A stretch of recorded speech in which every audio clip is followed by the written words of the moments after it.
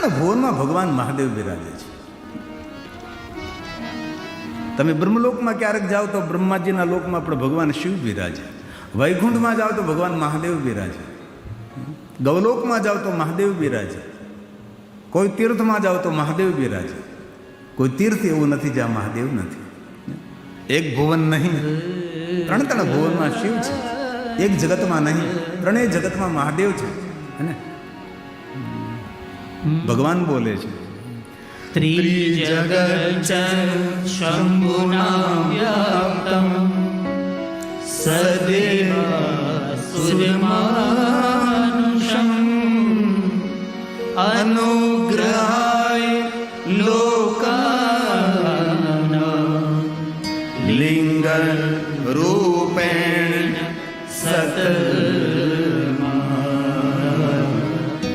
લિંગ રૂપેણ સતમાં.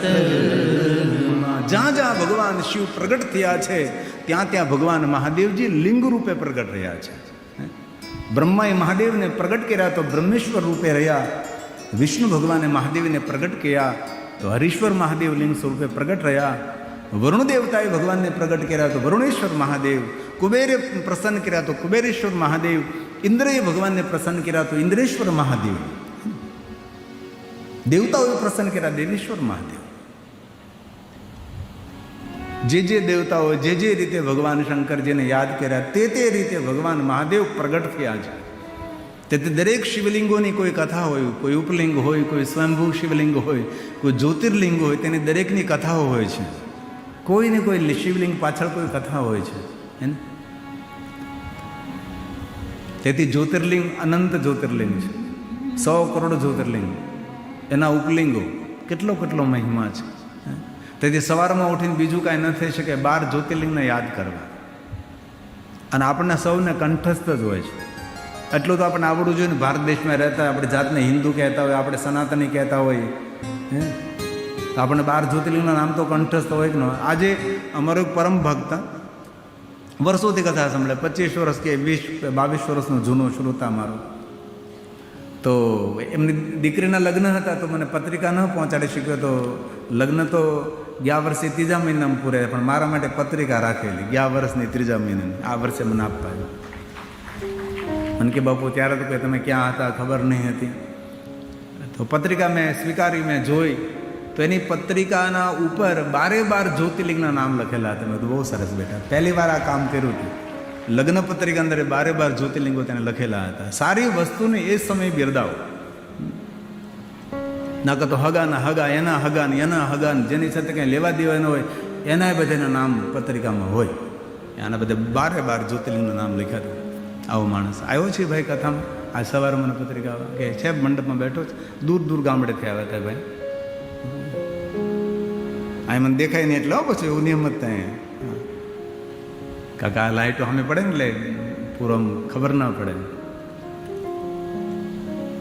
તો જેને મુખપાઠ હોય 12 જ્યોતિર્લિંગ બોલશે, અને જેને કંઠસ્થ નહીં હોય એ ઓઠ ફફડાવશે. ખોટું એમ લિપ મોમેન્ટ કરશે. કાંઈક તો કરવું પડે ને આપણે. પહેલું જ્યોતિર્લિંગ શાબાશ. સૌરાષ્ટ્રે સોમનાથમ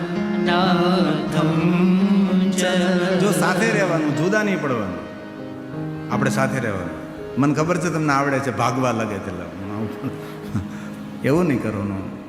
સુરમાં તાલમાં સાથે રહેવાનું. બધા સંગ ગાયેંગે હમ. ये हवा गा रही है, आसमां गा रहा है. સુંદર ગીત છે પણ અત્યારે પંક્તિ યાદ નહીં આવે. ये हवा गा रही है, आसमां गा रहा है. યાદ છે?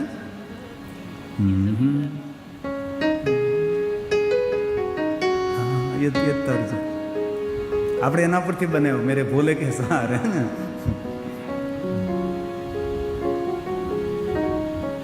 હવે બીજી વાર આવો ને ત્યારે હું કંઠસ્થ કરીને આવીશ. બીજી વાર આવવાનું તો પાકો જો દેશભાઈ, આવતો જ રહેવાનું. નથી કહેતા મહેમાન આવતા જતા રહેજો, હોય કે આવતા જતા રહેજો. तो आइए साथ में भाव से और आदर के साथ સૌરાષ્ટ્રે સોમનાથં ચ શ્રીશૈલે મલ્લિકાર્જુનમ ઉજ્જૈન્યા મહાકાલમ ઓંકારમ બમલેશ્વરમ પરલ્યા વૈદ્યનાથં ચ દાક્ષિણ્યા ભીમ શંકરમ સેતુ બંધેતુ રામેશમ નાગેશમ દારુકાવને વારાણસ્યાં તુ વિશ્વેશમ ત્રયંબકમ ગૌતમી તટે હિમાલયે તુ કેદારમ ભૂષણેશં ચ શિવાલયે એતાની જ્યોતિર્લિંગાની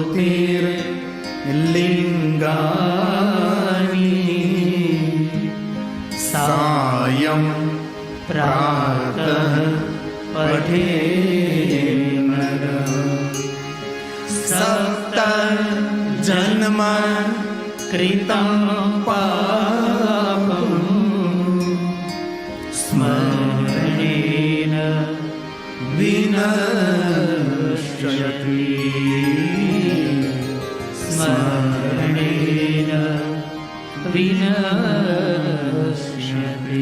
જે કોઈ મનુષ્ય 12 જ્યોતિર્લિંગોને યાદ કરે છે 7 જન્મોના પાપમાંથી માણસ છૂટે છે. કેટલી સરસ વાત તમે જોતો ખરા. એટલે સવારમાં મધ્યાહને સાંજે સોતે સમય કભી આપણા બાળકોને પણ શીખાવીએ. અત્યારે તો ભણીને ગણીને માતાઓ કેટલી સાવધાન થઈ છે, પોતાના બાળકોને કેટલું કેટલું શીખવાડે છે. અમારા જામનગરમાં અમારા પરમ શિવ ભક્ત મધુભાઈ ભાવનાબેન, એમનો દીકરો પાર્થિક ને પાર્થિકની ધર્મપત્ની દિશાબેન, 5 વર્ષનો અમારો મંત્ર તાંડવ સ્તોત્ર થઈને બધા શિવજીના સ્તોત્ર મુખપાઠ બોલી શકે અને વર્લ્ડ રેકોર્ડ એ માણસે પ્રમાણપત્ર 5 વર્ષની ઉંમરમાં તમે વિચાર કરો.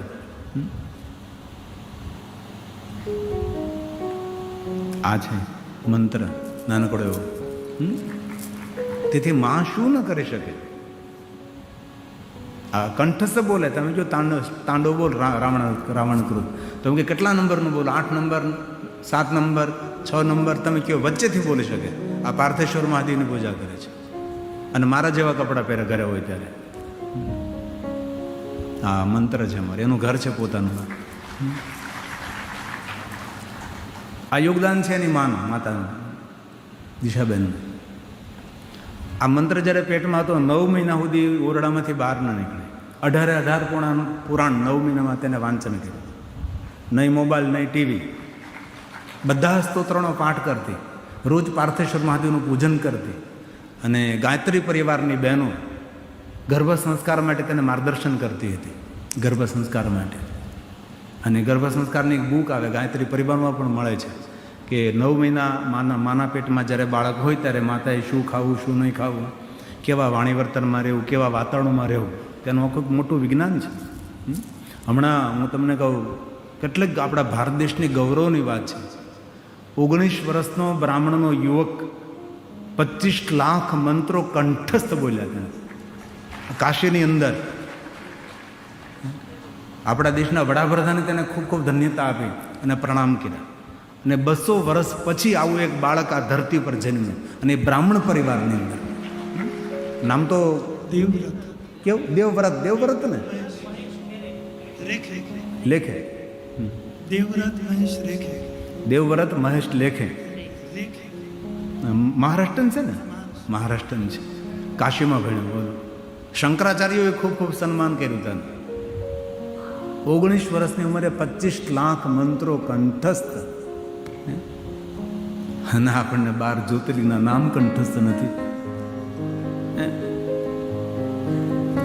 તેથી માં ધારે ને તો હજી રામને પણ ધરતી પર આવવું છે, કૃષ્ણને પણ ફરી વાર આવવું છે. પણ માં કોઈ સાવધાન બને. આ જો આ દેવવ્રત,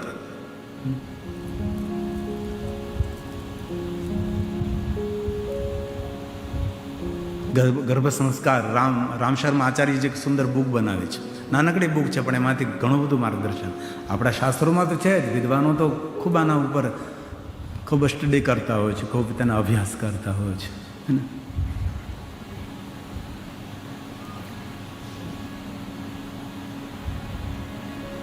મારા જેમ ઘણી બહેનો વિચાર કરતી છે કે હવે હું કરું, આ કામ કેમ થઈ શકે, કેમ. ઘણી બહેનો વિચાર ચડી ગઈ છે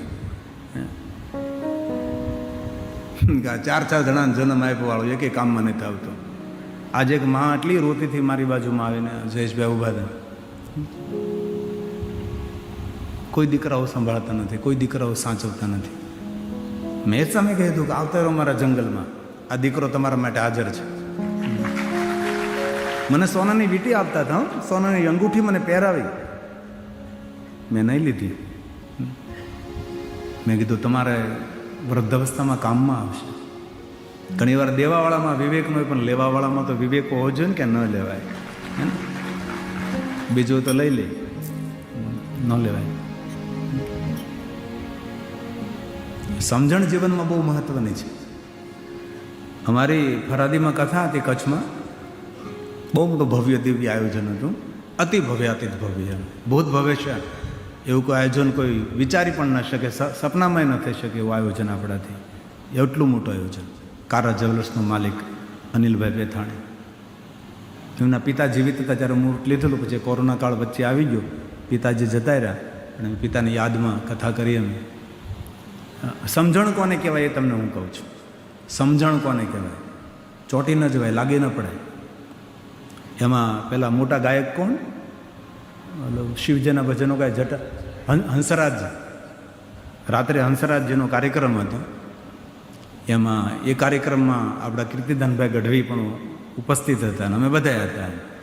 એટલે પેલા હંસરાજે કહ્યું કીર્તિદાનભાઈને કે આ ગુજરાતના અને ભારતના ખ્યાતનામ કલાકાર છે, સારા ગાયક છે કીર્તિદાન ગઢવી, તો હું આમંત્રિત કરું છું કે મંચ પર આવે અને કીર્તિભાઈ હંસરાજની સાથે જઈ અતિ સુંદર હંસરાજની સાથે સુરમાં સુર મિલાવીને સુંદર ગાયું. પણ એક પંક્તિ ગાયને એ માણસ સ્ટેજ ઉપરથી નીચે ઉતરી ગયો. એ જ મિનિટે નીચે ઉતરીને મારી પાસે સીધા આવીને બેઠા. મને કે બાપુ, કોઈ આપણને સન્માન આપે, કોઈ સ્ટેજ ઉપર બોલાવે, કોઈ અવસર આપે તો આપણી સમજણ હોવી જોઈએ, ચોંટી ન જવાય. આ સમજણ છે. ગઈકાલે પણ મેં કહ્યું હતું, સમજણ જીવનમાં સુખ આપે અને આપણો સુમધુર વ્યવહાર જીવનમાં સફળતા આપે છે. ગઈકાલે પણ કહ્યું હતું મેં.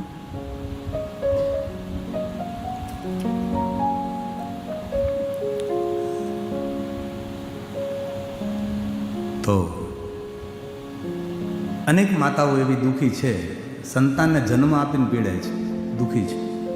હમણાં જે અખબારમાં કિસ્સો આવેલો હતો, 2 ભાઈઓ માતાને અગ્નિ સંસ્કાર દેતી વખતે સ્મશાનમાં બાંધ્યા, માના સોના ચાંદીના ઘરણા માટે. તમે વિચાર કરો, આ હું લઈ લેવાનું આની પાસેથી?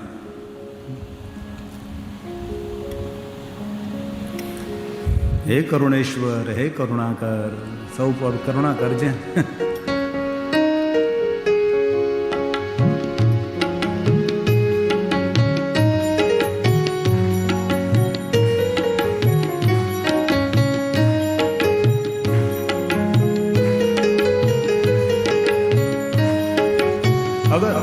વગર કારણે કરુણા કરનારા મહાદેવ. આ સુંદર પંક્તિ વાળું નાનકડો છે ભજન છે. હે કરુણેશ્વર, હે કરુણાકર, હે કરુણેશ્વર, સૌ પર કરુણા કર ભગવાન. કરુણાકર. શિવ શંકર આયે મેરે આંગન, पाल भी पुण्य करूं मैं तो चंदन शिव शंकर आए मेरे आंगन पाल भी पुण्य करूं मैं तो चंदन तेरी पूजा करो दिल से बंधन ना रहे कोई माया के बंधन तेरी पूजा करो दिल से बंधन ना रहे कोई माया के बंधन हे करुणेश्वर हे करुणाकर बोलिए साथ में हे करुणेश्वर हे करुणाकर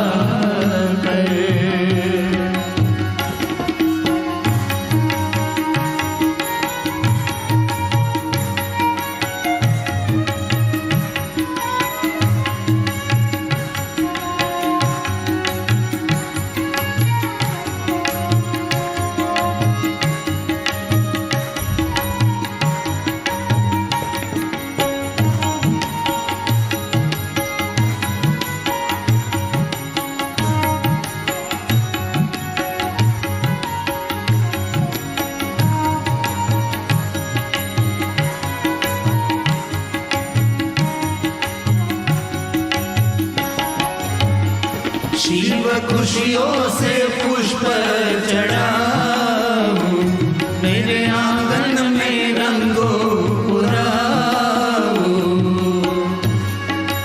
रंगावली बनाओ रोज आंगणो पूरो शब्द नहीं जाए शिव खुशियों से पुष्प चढ़ाऊं मेरे आंगन में रंगो पुराऊं हर घर में तो तोरण बंधाऊं भोग नैवेद्य पकवान धराऊं हर घर में तो तोरण बंधाऊं भोग नैवेद्य पकवान धराऊं हे करुणेश्वर हे करुणाकर हे करुणेश्वर हे करुणाकर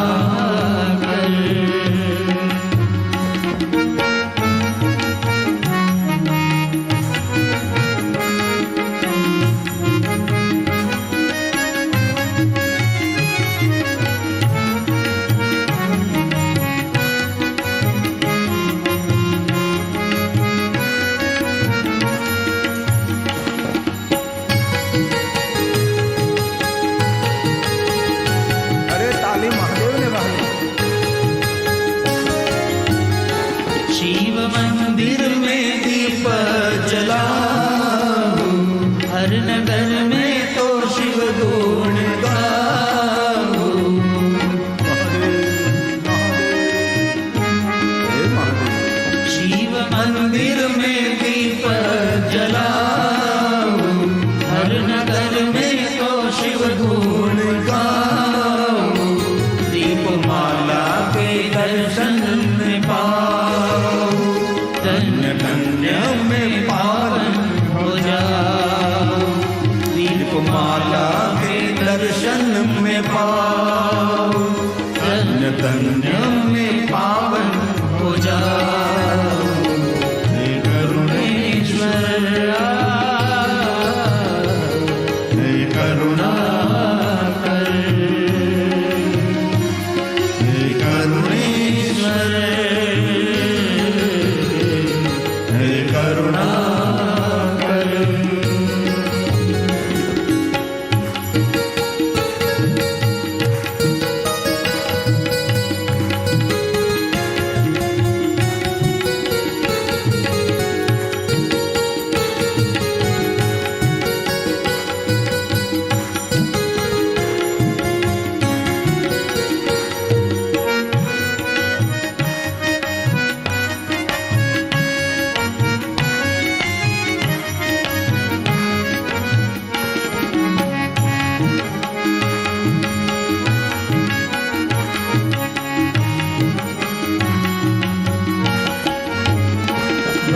रुद्राक्ष अंग पर सजाऊं, महादेव का मैं नारा लगाऊं।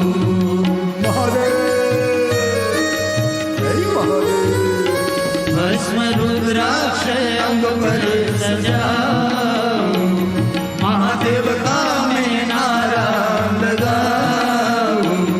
हरदम गिरी गुणला में गाऊं, शिव चरणों में शीश झुकाऊं। हरदम गिरी गुणला में गाऊं, शिव चरणों में शीश झुकाऊं। हे करुणेश्वर, हे करुणाकर, हे करुणेश्वर, हे करुणाकर, हे करुणेश्वर, हे करुणाकर।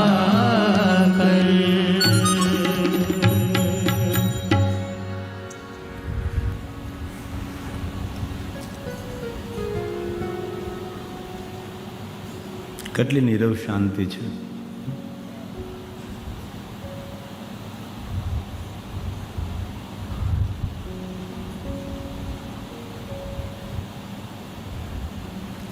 આવી જ રીતે ઘરમાં રહેવાનું, બસ એટલું ખાલી આપણે શીખી જવાનું. આવી જ શાંતિ ઘરમાં રાખવાની.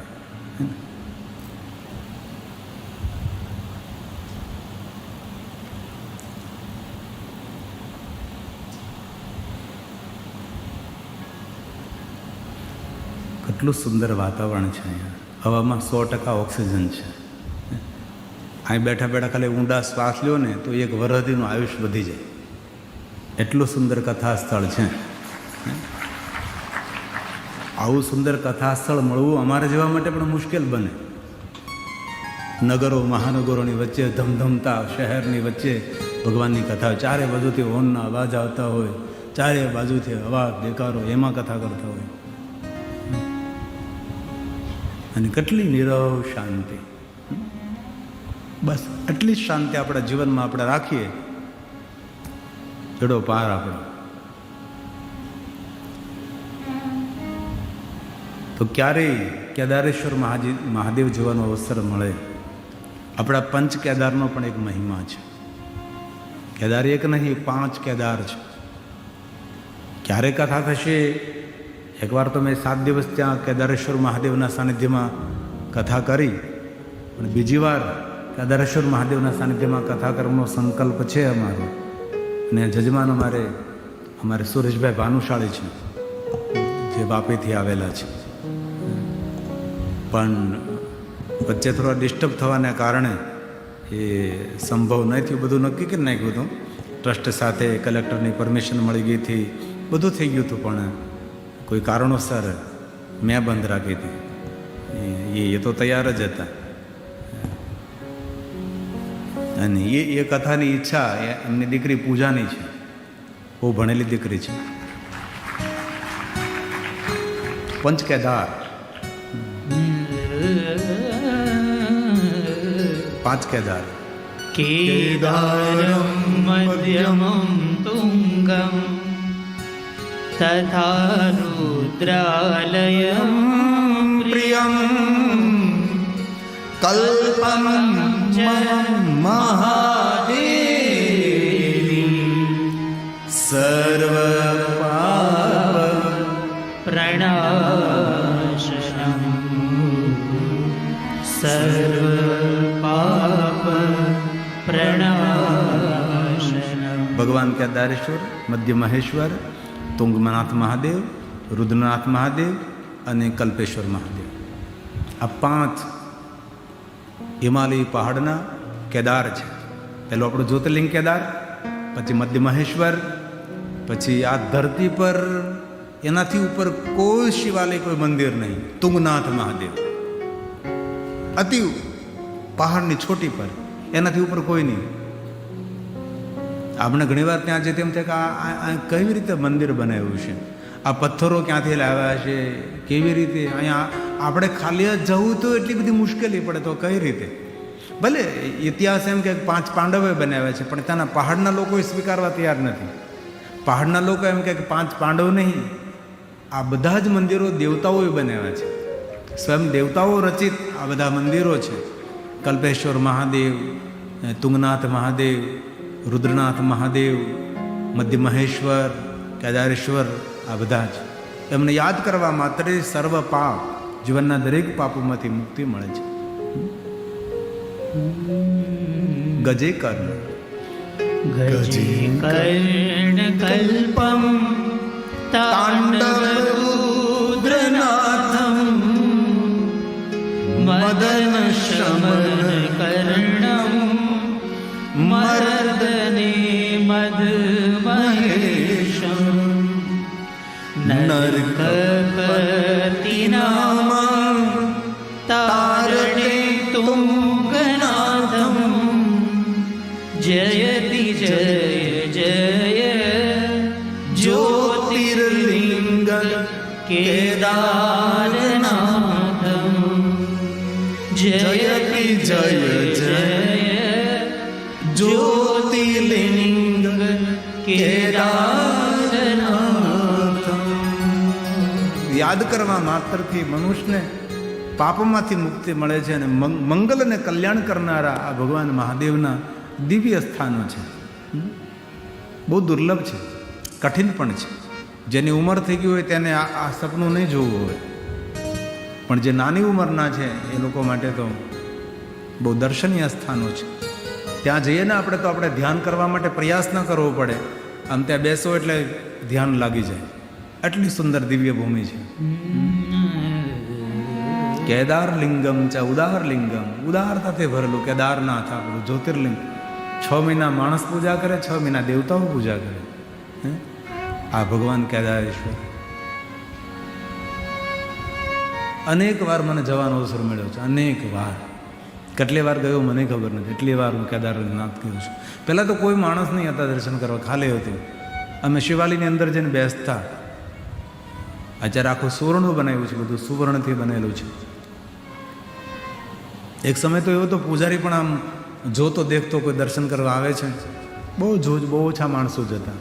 આ સોશિયલ મીડિયાના માધ્યમથી, પ્રચાર પ્રસારના માધ્યમથી આજે દરેક તીર્થોમાં આપણા ભક્તો જઈ રહ્યા છે. દરેક શિવાલય, દરેક જ્યોતિર્લિંગોમાં મોટી સંખ્યામાં જઈ રહેલા છે. કેદારલિંગમ ચૌદારલિંગમ, કેદારલિંગમ ચૌદારલિંગમ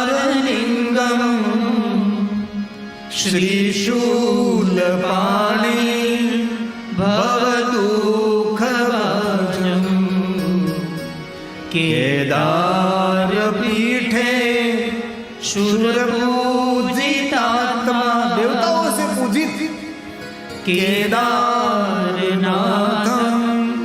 મનઃ સ્મરામિ કેદારનાથમ હૃદય સ્મરામિ. હે કેદારનાથ મહાદેવ, મનથી તમને યાદ કરું છું. હે કેદારનાથ મહાદેવ, હૃદયથી તમને હું યાદ કરું છું, સ્મરણ કરું છું, હું તમને યાદ કરું છું. કથા એટલે તમને સૌને તીર્થો તરફ લઈ જવાની યાત્રા છે. મનને પાવનને પવિત્ર કરવાની યાત્રા ભગવાનની કથા. તેથી આપણે કથાને ગંગા કહીએ છીએ. પહેલી આપણી ભાગીરથીમાંથી તમારે હરિદ્વાર કાશી જવું પડે ત્યારે એમાં તમે સ્નાન કરી શકો. અને કથા ગંગા તો એવી ગંગા છે કે તમારા ગામમાં આવીને વહે છે. એ તો સ્નાન કરનારો ભૂલે, નાહનારો ભૂલે, અને ન આવી શકે તો ન જ આવી શકે. એવા ભગવાન મહાદેવ ગામડે ગામડે, શહેર શહેર, તીર્થો તીર્થોમાં બિરાજે છે. ભગવાન મહાદેવ રાગ પહાડી, પંચકેદાર.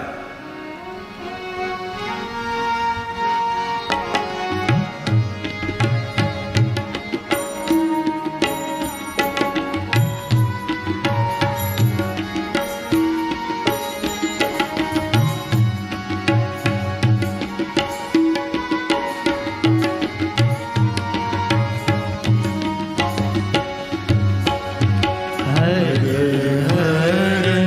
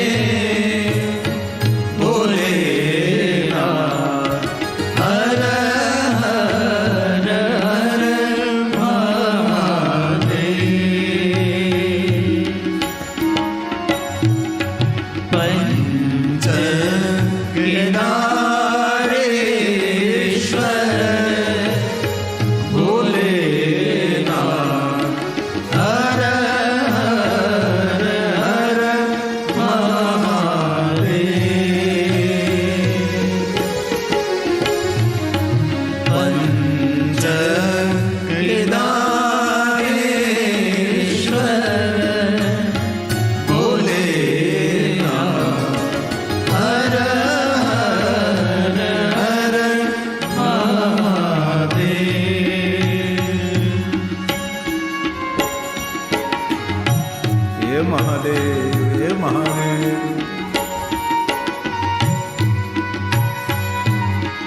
મંદિરમાં તો શિવ પ્રતિષ્ઠા કરીએ, જીવન તો ત્યારે સફળ થશે હૃદયમાં શિવ પ્રતિષ્ઠા કરીએ. આપણા હૃદયમાં મહાદેવની સ્થાપના કરીએ આપણે.